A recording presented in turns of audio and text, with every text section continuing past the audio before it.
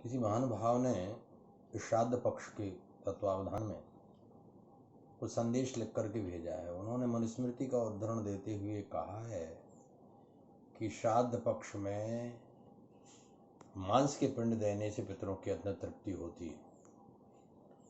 कहीं सियार का मांस, कहीं छाग का मांस, कहीं हरिण का मांस, कहीं कुछ ऐसे ऐसे श्लोक लिखे हैं और उनका अर्थ भी उन्होंने यथावत लिख करके भेजा है। इस बात का उनको बोध नहीं है कि 1000 वर्ष के पूर्व में इस प्रकार की मनुस्मृति में कोई श्लोक प्राप्त नहीं होता था और ना ही पुराणों में कोई श्लोक प्राप्त होता है। वर्तमान में अद्यावधि प्रकाशित पुराणों में भी इस प्रकार के श्लोक हैं जिनमें मांस से तृप्ति का विधान है, लेकिन जब शास्त्रों में बदतो व्याघात दोष हो रहा है तो आप किसको सत्य माने? सत्यासत्य का निर्णय तो आपको करना ही पड़ेगा।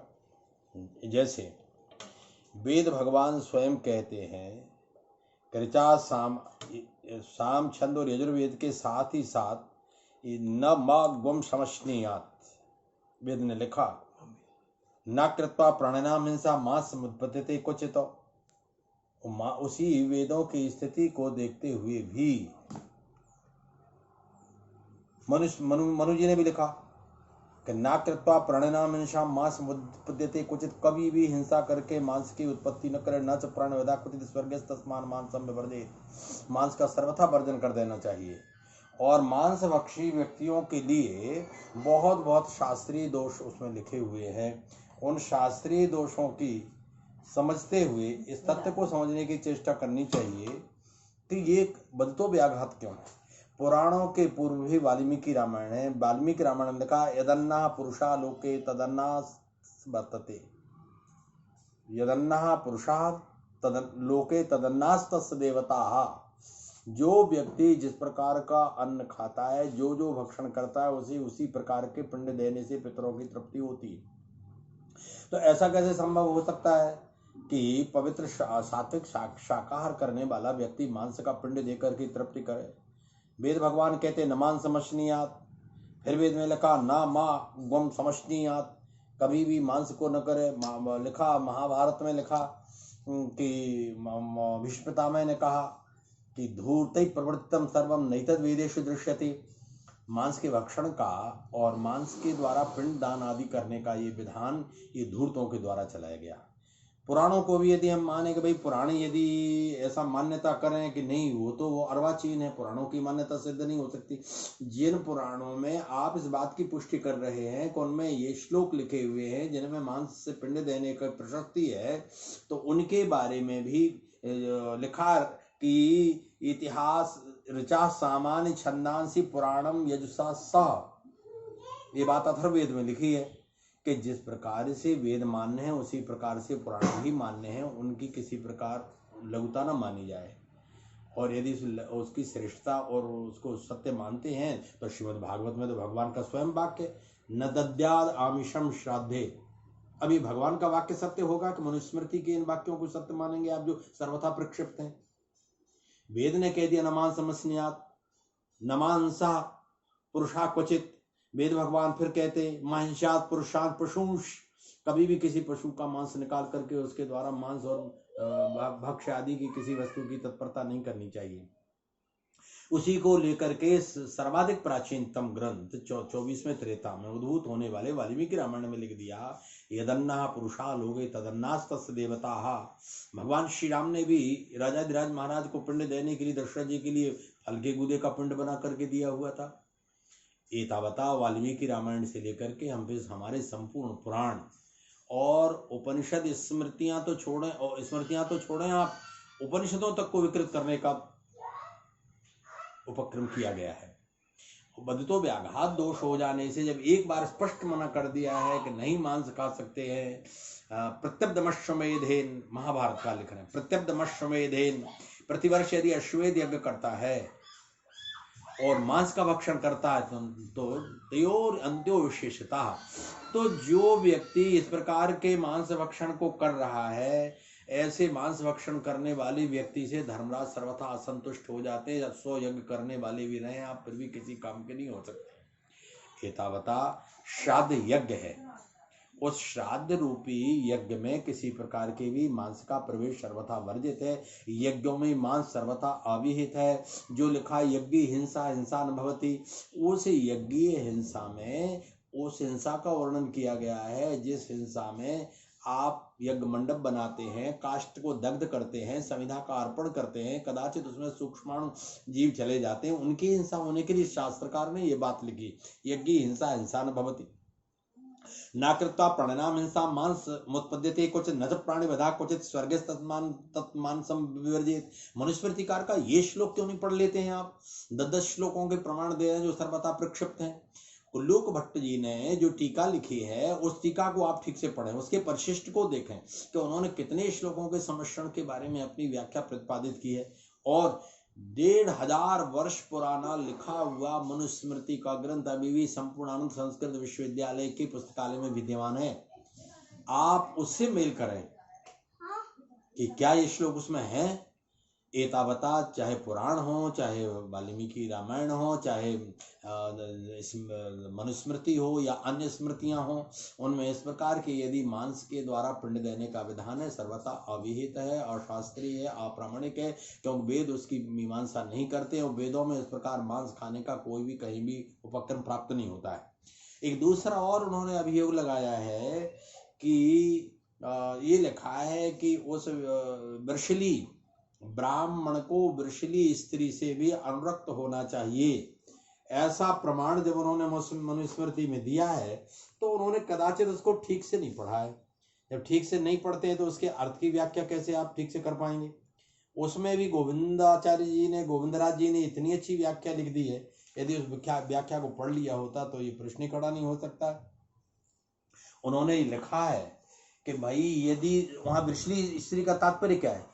वृषली स्त्री का तात्पर्य ये नहीं है कि ब्राह्मण उससे अनुरक्त हो जाए, अपितु उसका वर्णन यह है कि श्राद्ध काल में मैथुनादि कर्म सर्वथा वर्जित है। श्राद्ध कर्ता और श्राद्ध भोजन कर्ता ये दोनों के लिए मैथुनादि कर्म सर्वथा वर्ज्य है।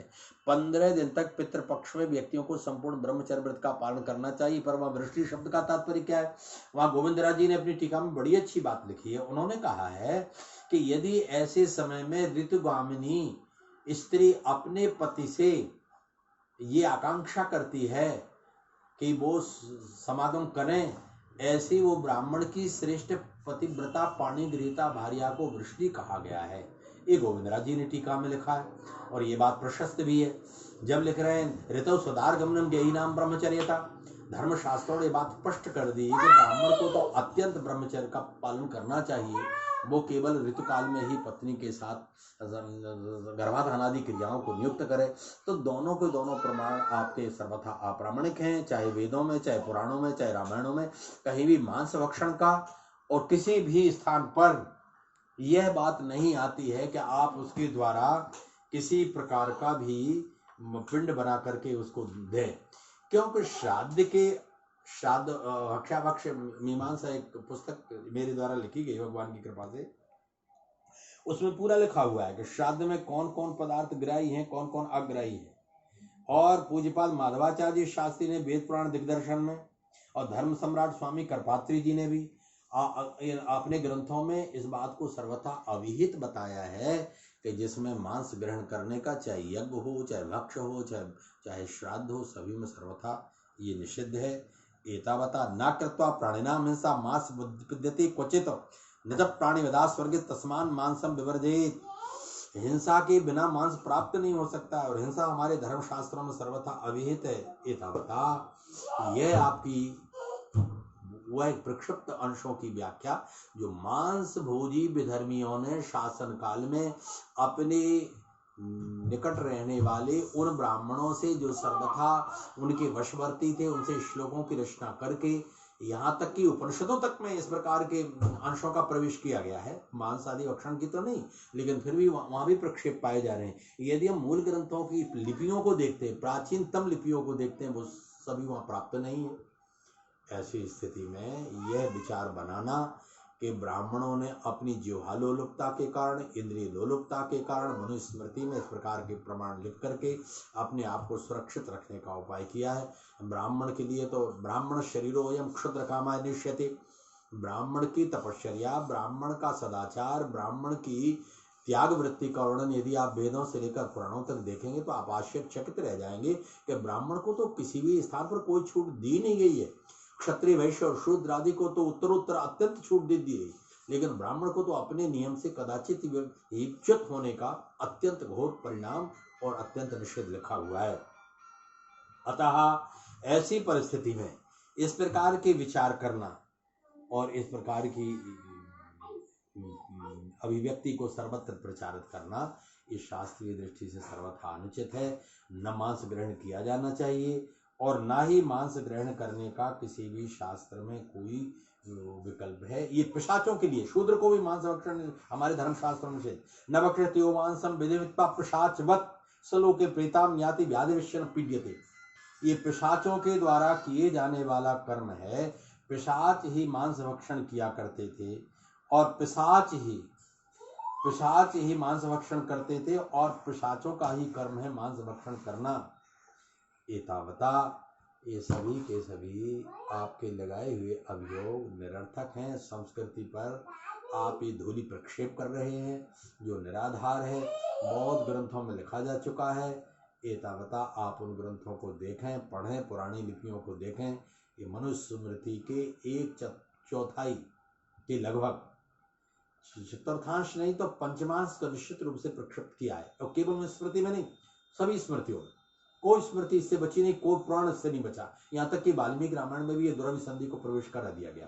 उपनिषदों की पंक्तियों में भी, बल्लरियों में भी इस प्रकार के शब्दों को देख करके और दुखी किया गया है। मांस शब्द के पहले भी बहुत अर्थ बता दिए गए हैं। मांस का तात्पर्य केवल मांस नहीं होता है।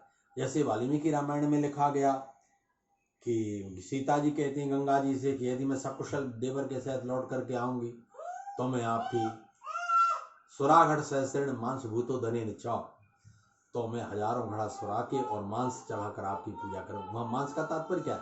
मांस का तात्पर्य फल का गुदा है, मांस का तात्पर्य स्वादिष्ट व्यंजन है, मांस का तात्पर्य मांस भी है और मांस का तात्पर्य सौंदर्य भी। वहां श्री सीता जी ने सुरा का तात्पर्य है वहां स्वर्ग की कामधेनु गाय का दूध और अनेक प्रकार के व्यंजनों से आपकी पूजा करूंगी। भगवान श्री राम भी कहते हैं शालाम यक्षा मांस माने शालाम यक्षा महे भयम, लक्ष्मण कुछ फलों का गूदा ले आओ जिससे मैं वास्तु की शांति करूं।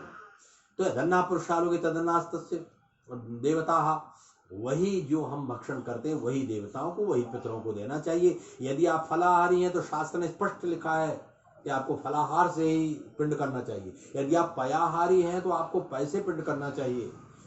यदि आप अन्नाहारी हैं तो आपको अन्न से पिंड करना चाहिए। किंतु यदि आप मांसभक्षी हैं तो मांस से पिंड करना चाहिए, ऐसा प्रशस्त नहीं हो सकता है। इसलिए नहीं हो सकता है कि ब्राह्मण, क्षत्रिय, वैश्य, शूद्र चारों के लिए देव पूजा, पितर पूजा में कभी भी मांस का प्रयोग किया नहीं जाना चाहिए और वो पाते भी नहीं थे।